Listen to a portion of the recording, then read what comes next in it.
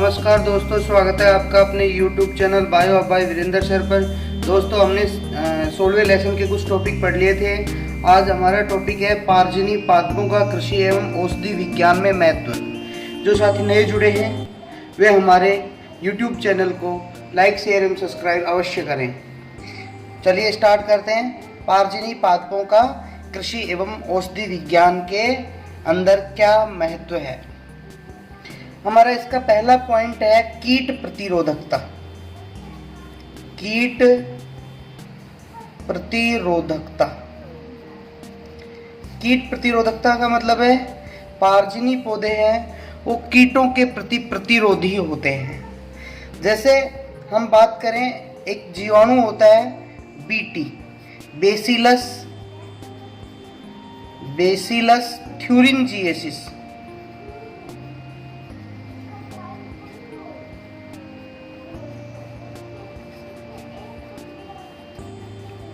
Bacillus थ्यूरिंजिएसिस BT, यानी bacillus थ्यूरिंजिएसिस, जिसको संक्षेप में क्या कहा जाता है, बीटी कहा जाता है। प्राकृतिक रूप से ये किसमें पाया जाता है, मृदा के अंदर पाया जाता है। बीटी जीवाणु प्राकृतिक रूप से मृदा में पाया जाता है। यह जीवाणु कीटों के लार्वा को मार देता है। बीटी जीवाणु है, यह कीटों के लार्वा को मार देता है। इसकी 1961 में प्राकृतिक जैवनाशी के रूप में पहचान हुई। 1961 में इसकी प्राकृतिक जो कीटनाशी है, प्राकृतिक कीटनाशी के रूप में इसकी पहचान की गई। किसकी? बेसिलस थ्यूरिंजिएसिस की। यह जीवाणु के अंदर एक जीन पाया जाता है। उस जीन के द्वारा, उस जीन को हम क्राई जीन कहते हैं। इस जीवाणु के अंदर एक जीन पाया जाता है जिसे हम कौन सा जीन कहते हैं, क्राई जीन कहते हैं। और यह जो क्राई जीन क्राई प्रोटीन बनाता है। क्या बनाता है? क्राई प्रोटीन बनाता है। इस जीन को बीटी से अलग करके, इस जीन को कहाँ से अलग किया, बीटी से अलग किया। और बीटी से अलग करके इस जीन का स्थानांतरण कहाँ पे कर दिया, कपास के अंदर कर दिया। इस जीन को कहाँ पे डाल दिया, कपास में। अब यह जीन कपास के अंदर भी क्या बनाने लग गया, क्राई प्रोटीन। ये जीन कपास में भी क्या बनाने लग गया, क्राई प्रोटीन। अब ये क्राई प्रोटीन जैसे ही कपास के लार्वा को, कपास के पौधे को ये कीट खाते हैं, तो ये जो क्राई प्रोटीन है कीटों के शरीर में जाएगा और कीटों के शरीर में जाकर के उनको मार देता है। अर्थात क्राई प्रोटीन का कपास के अंदर स्थानांतरण करके कपास को कीटों के प्रति क्या बना दिया, प्रतिरोधी बना दिया। अतः कीट प्रतिरोधी पौधे तैयार कर लिए। अब इस तरह से जो कपास उत्पन्न हुई क्राई जीन स्थानांतरण के बाद, उस कपास को हम बीटी कॉटन या बीटी कपास कहते हैं। बीटी कॉटन या बीटी कपास इसको कहा जाता है। इसको किलर कॉटन भी कहते हैं, किलर कॉटन। अर्थात इस कपास के ऊपर जो कीट हैं उनका कोई प्रभाव नहीं होता। अगर आपसे कोई ये पूछे बीटी कपास है वो किसके प्रति प्रतिरोधी है, कौन से कीट के प्रति प्रतिरोधी है, तो आप क्या कहोगे, बोलवर्म। बोलवर्म क्या होते हैं, बोल यानी जो कपास के बोल्स आते हैं, फल के रूप में बोल होते हैं, उन बोल के अंदर ये छेद करके और कपास को खराब कर देते थे। तो उन कीटों के प्रति आज की जो कपास है वो प्रतिरोधी है। दूसरा होता है शाकनाशी प्रतिरोधकता। शाकनाशी प्रतिरोधकता, हाँ जी, अधिकांश शाकनाशी रसायन पौधों में आवश्यक अमीनो अम्लों के संश्लेषण को निरोधित करते हैं। जो शाकनाशी रसायन हैं ये पौधों में अमीनो अम्लों के संश्लेषण को रोक देते हैं। अमीनो अम्लों के संश्लेषण को रोक देते हैं।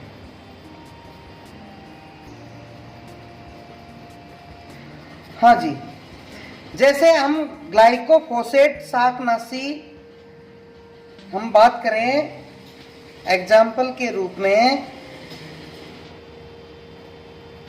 ग्लाइकोफोसेट शाकनाशी है, इसके द्वारा 5-इनोल पाइरुविक सिकिमेट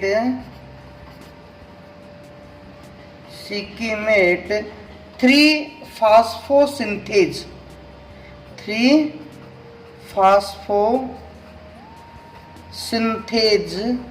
एंजाइम की क्रियाशीलता को ये मंद कर देता है।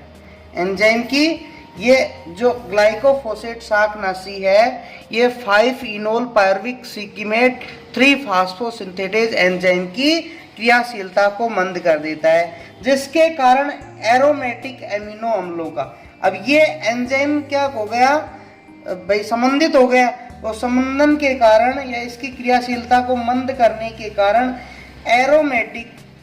एरोमेटिक जो अमीनो अम्ल हैं उनका संश्लेषण नहीं हो पाता है, रुक जाता है। अतः इसको शॉर्ट में अपन क्या बोलते हैं, शॉर्ट में बोला जाता है EPSPS, 5-इनोल पाइरुविक सिकिमेट 3-फास्फोसिंथेटेज। तो जो EPSPS एंजाइम बनाने वाले जीन को, यानी इस एंजाइम को जो बनाने वाला जीन है, इस जीन को पादपों में स्थानांतरित करके ग्लाइकोफोसेट के प्रभाव को कम कर दिया जाता है। यानी इस जीन को क्या किया, पहचाना गया, पहचान करके अलग किया गया, और इस जीन को पौधों में क्या कर दिया, स्थानांतरित कर दिया। अब पौधे स्वयं ही ये बनाने लग गए। तो ये जो जो ग्लाइकोफोसेट है, इसके विरुद्ध इसमें क्या बन गई, एक तरीके से ये इसका कोई प्रभाव नहीं पड़ता, अतः शाकनाशियों के प्रति प्रतिरोधी हो गए। अतः हम कह सकते हैं कि इस तरह से टमाटर, पिटूनिया को ग्लाइकोफोसेट के प्रति क्या कर दिया, प्रतिरोधी बना दिया। कहने का मतलब है अगर ग्लाइकोफोसेट इनके ऊपर छिड़की जाए तो इनके ऊपर कोई प्रभाव नहीं पड़ता, क्योंकि ये EPSPS जो जीन है वो इसमें स्थानांतरण कर दिया। अब दूसरे वो हैं शाक, वो तो मर जाते हैं, और टमाटर, पिटूनिया, इनके ऊपर कोई इसका प्रभाव नहीं पड़ता है। तीसरा हमारा बिंदु आता है नरबंध्यता उत्पन्न करना। तीसरा बिंदु है नरबंध्यता उत्पन्न करना। हाँ भाई, नरबंध्य पुष्पों का पादप संकरण में महत्वपूर्ण स्थान है। जो नरबंध्य पुष्प हैं उनका पादप संकरण में महत्वपूर्ण स्थान है। यदि नरबंध्य जो पौधे तैयार कर लिए जाएं तो विपुंसन करने की आवश्यकता नहीं होती। कहने का मतलब है अगर कोई पौधा ऐसा तैयार कर लिया जाए कि उसके जो पुंकेसर बने ये बंद रहें और स्त्री केसर है ये प्रभावी रहे, तो इनको विपुंसित करने की आवश्यकता नहीं होती, अर्थात इनको हटाने की आवश्यकता नहीं होती, और इसमें अपन आराम से पर परागण करवा सकते हैं। आराम से इसमें स्वतः ही भाई नरबंध फूल होंगे, अर्थात जो परागण है वो बंद होंगे, तो निश्चित रूप से इसमें पर परागण होगा, और पर परागण भाई क्या करता है, वेरिएशंस को बढ़ावा देता है, वेरिएशन उत्पन्न करता है, विभिन्नताएं उत्पन्न करता है, जिससे जो संततियां हैं उनके अंदर विभिन्नताएं या एक तरीके से लाभकारी गुणों का समावेशन की प्रतिशतता है वो बढ़ जाती है। बेसिलस इमाइलोलिक्वेफेशियन से एक जीवाणु है बेसिलस इमाइलो लिक्वे फेशियंस, बेसिलस इमाइलो लिक्वे फेशियंस एक जीवाणु है, इससे एक जीन प्राप्त होता है, बार्नेज जीन। बार्नेज जीन, कौन सा जीन प्राप्त होता है? बार्नेज जीन। अब ये बार्नेज जीन को एग्रोबैक्टीरियम की सहायता से पादपों में प्रवेश करा दिया जाए तो जो उन पादपों के जो फूल उत्पन्न होंगे वो फूल में नर भाग है वो बंध उत्पन्न होता है। अतः बार्नेज जीन क्या करता है? परागकोश भित्ति के टेपिटल आरएनए को नष्ट कर देता है, जिससे नर बंध पौधे विकसित होते हैं। यानी बेसिलस इमाइलो लिक्वे फेशियंस में कौन सा जीन है? बार्नेज जीन। इस जीन को यहाँ से बेसिलस इमाइलो लिक्वे फेशियंस से अलग किया और किसके द्वारा? एग्रोबैक्टीरियम के जो टीआई प्लाज्मिड है इसकी सहायता से पौधों में स्थानांतरित कर दिया। अब पौधे क्या बनाने लग गए? बार्नेज जीन बनाने लग गए। अब बार्नेज जीन क्या करता है? नर जो फूल के अंदर नर भाग है उसको बंधित कर देता है। अतः जो फूल होंगे उनके अंदर विपुंसन की आवश्यकता नहीं होती और निश्चित रूप से उनमें पर परागण द्वारा अच्छी वेरिएशंस के संतति उत्पन्न होती है। इस विधि से तोरिया के अंदर बार्नेज जीन का स्थानांतरण करके नर बंधे पौधे प्राप्त किए जा चुके हैं। नेक्स्ट आता है हमारा फलों में विलंबित परिपक्वन। फलों में विलंबित परिपक्वन। विलंबित का मतलब होता है देरी से, यानी फल हैं वो देरी से परिपक्व हों। फल कैसे परिपक्व हों? देरी से परिपक्व हों। देखिए अमेरिका में विकसित टमाटर किस्म जो फ्लेवर सावर है एक आनुवांशिक रूपांतरित किस्म है।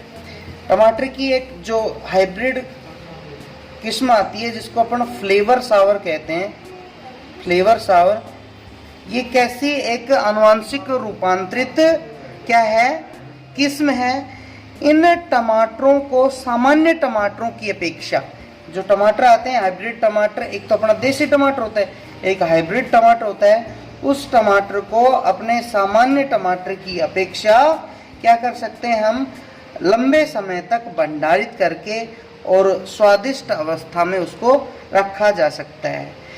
इस किस्म का विकास कोशिका भित्ति को अपघटित करने वाले एक एंजाइम है पॉलीग्लैक्टोकाइनेज जो एंजाइम है, ये एंजाइम क्या करता है? इसकी भित्ति को गला देता है।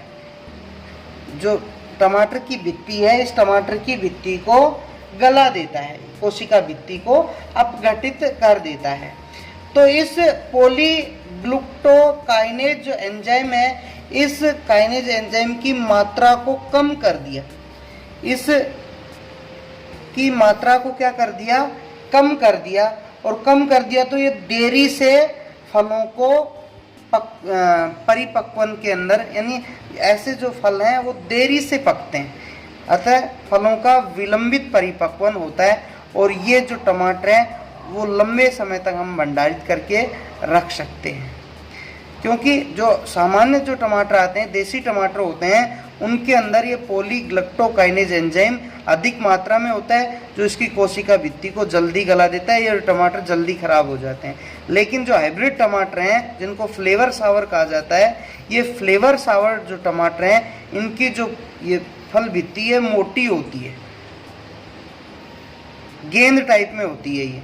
तो फल भित्ति मोटी है और फल भित्ति मोटी है और उसके अंदर पॉलीग्लैक्टोकाइनेज एंजाइम कम मात्रा में होता है और ये कम मात्रा में होगा तो देरी से इस फल भित्ति को गलाता है। इस वजह से ये टमाटर लंबे समय तक भंडारित करके रखे जा सकते हैं। नेक्स्ट हमारा बिंदु आता है पारजीनी पादप जैव किण्वन। नेक्स्ट पॉइंट है पारजीनी पादप जैव किण्वन। हाँ जी, पारजीनी पौधे जैव किण्वक के रूप में काम लिए जाते हैं। इनका उपयोग विभिन्न प्रकार के रसायनों के उत्पादन में किया जाता है। अतः जैव प्रौद्योगिकी के क्षेत्र में यानी आणविक कृषि हेतु जो पारजीनी पौधे हैं वो काम लिए जाते हैं। मोलिकुलर एग्रीकल्चर है, आणविक कृषि के अंदर ये जो पौधे हैं ये काम लिए जाते हैं। आणविक कृषि हेतु निम्न ट्रांसजेनिक पौधे तैयार किए गए। आणविक कृषि के लिए कौन कौन से पौधे तैयार किए गए हैं? एक तो गोल्डन राइस यानी ये जो चावल है इसके अंदर विटामिन ए की मात्रा को बढ़ा दिया गया। यानी विटामिन ए बनाने वाले जीन का स्थानांतरण चावल में करके इस चावल को क्या कर दिया, विटामिन ए से भरपूर कर दिया गया। दूसरा आता है सुपर पोटैटो, इसके अंदर कार्बोहाइड्रेट की मात्रा को बढ़ाया गया है। अगला आता है बीज प्रोटीन गुणवत्ता, इसके अंदर क्या किया गया, प्रोटीन की मात्रा को बढ़ाया गया है। इसके अलावा खाद्य टीके ये क्या किए जाते हैं, मतलब आजकल मार्केट के अंदर खाद्य इंजेक्शन आते हैं जो भोजन की आपूर्ति के लिए काम में लिए जाते हैं। कई पौधे हैं जिनसे औषधियाँ तैयार की जाती हैं। इसके अलावा जैव अपघटनीय प्लास्टिक, आजकल जो प्लास्टिक है वो तैयार कर लिया गया जो जीवाणुओं के द्वारा अपघटित हो जाता है।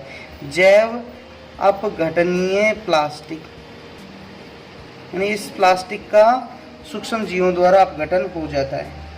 तो इस तरह के कुछ आणविक कृषि के अंदर ये तैयार किए जा चुके हैं। इसके अलावा रूपांतरित पुष्प रंगों युक्त पारजीनी पौधे, रूपांतरित पुष्प रंगों युक्त पारजीनी पौधे। हाँ भाई, नीदरलैंड में पुष्पों का कारोबार बहुत ज्यादा होता है। पिटूनिया के पुष्पों का रंग केसरिया नहीं होता। पिटूनिया के पौधा है उसका रंग केसरिया नहीं होता है। वहाँ पिटूनिया का जो पौधा होता है उसमें केसरिया रंग नहीं होता। अतः वहाँ के वैज्ञानिकों ने मक्का से जीन स्थानांतरण करके केसरिया रंग के पिटूनिया के पौधे यानी मक्का से क्या किया, मक्का से जीन का स्थानांतरण किसमें किया, पिटूनिया में किया। और पिटूनिया को केसरिया रंग उत्पन्न करने के लिए या केसरिया रंग के फूल उत्पन्न करने के योग्य बना लिया। ठीक इसी प्रकार आनुवांशिक अभियांत्रिकी द्वारा नीला गुलाब, आजकल गुलाब की बहुत किस्में, नीला गुलाब, नीला कॉर्नेशन, नीला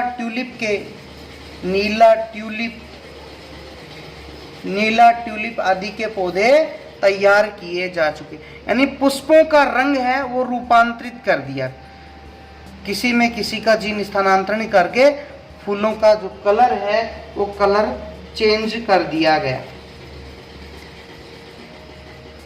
अब नेक्स्ट टॉपिक आता है अपना पर्यावरण, पारिस्थितिकी व मानव पर पारजीनी पौधों का प्रभाव। यानी पर्यावरण एवं मानव पर पारजीनी पौधों का प्रभाव।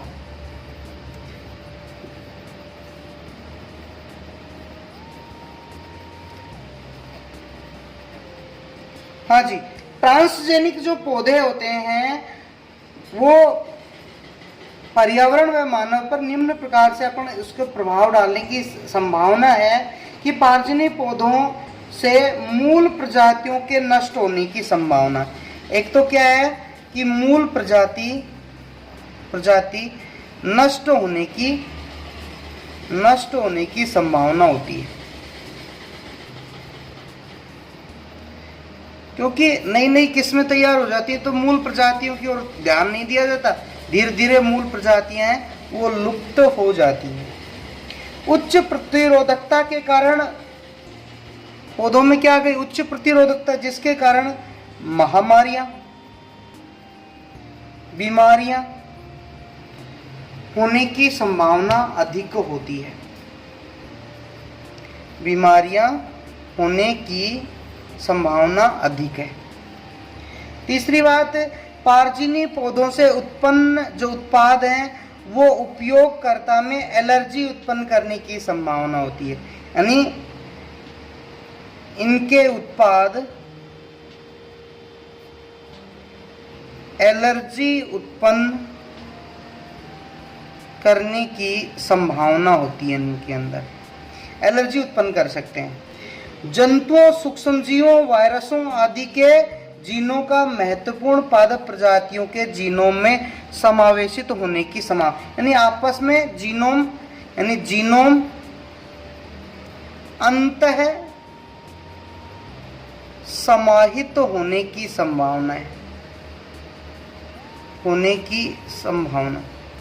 क्योंकि पादपों के अंदर जीवों के जीन स्थानांतरित कर दिए, जीवों में पादपों के स्थानांतरित कर दिए, इसलिए इनके जीनोम है वो अंतः समाहित होने की संभावना बढ़ गई है। जैव विविधता असंतुलित हो जाती है, पारितंत्र यानी पारितंत्र के असंतुलित होने की संभावना होती है। ये पर्यावरण के ऊपर निम्न इनके प्रभाव है मानव के ऊपर। अब नेक्स्ट हमारा पॉइंट आता है पार्जिनी पौधों की भावी संभावनाएं। पार्जिनी पौधों की भावी संभावनाएं यानी भविष्य में क्या क्या संभावनाएं। पार्जिनी पौधों की भावी संभावनाएं, भविष्य में क्या क्या संभावनाएं पार्जिनी पौधों से। हाँ जी, पार्जिनी पौधों की भविष्य में देखो संभावना देखें तो धान्य पादप जैसे गेहूं, चावल आदि में निफ जीन का स्थानांतरण कर वायुमंडलीय नाइट्रोजन का स्थिरीकरण कराया जा रहा है। यानी निफ जीन ये नाइट्रोजन फिक्सेशन करने वाला जीन है। निफ जीन द्वारा पौधों के अंदर निफ जीन को स्थानांतरित कर दिया और निफ जीन को स्थानांतरित करके पौधों को क्या कर दिया, नाइट्रोजन फिक्सेशन करने के लिए तैयार कर दिया।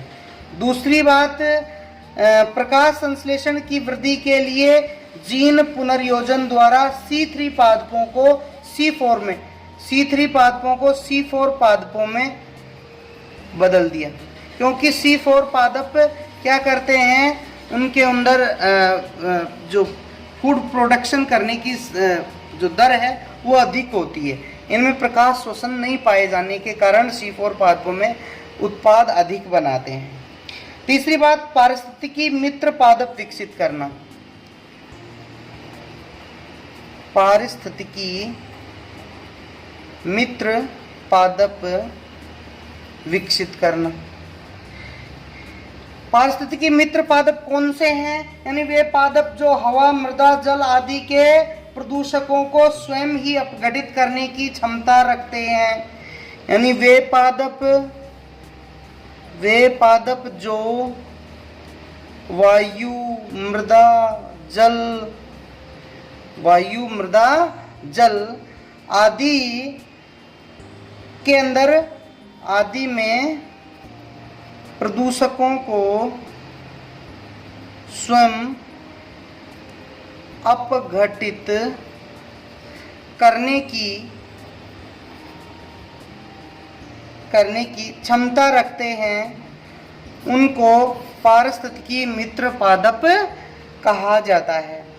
इसके अलावा सब्जियों फलों के पकने के समय में, सब्जियों फलों के पकने के समय में क्या कर दिया, परिवर्तन करके मौसम की निर्भरता समाप्त करना। मौसम की निर्भरता यानी मौसम जरूरी नहीं है कि इस मौसम में, आजकल किसी भी मौसम में कोई भी फल या सब्जी प्राप्त हो जाती हैं। तो मौसम की निर्भरता को समाप्त करना। हमारा ये जो 16वां लेसन था ये यहीं पे समाप्त होता है। 17वें लेसन के लिए हमारा अगला वीडियो देखें। धन्यवाद।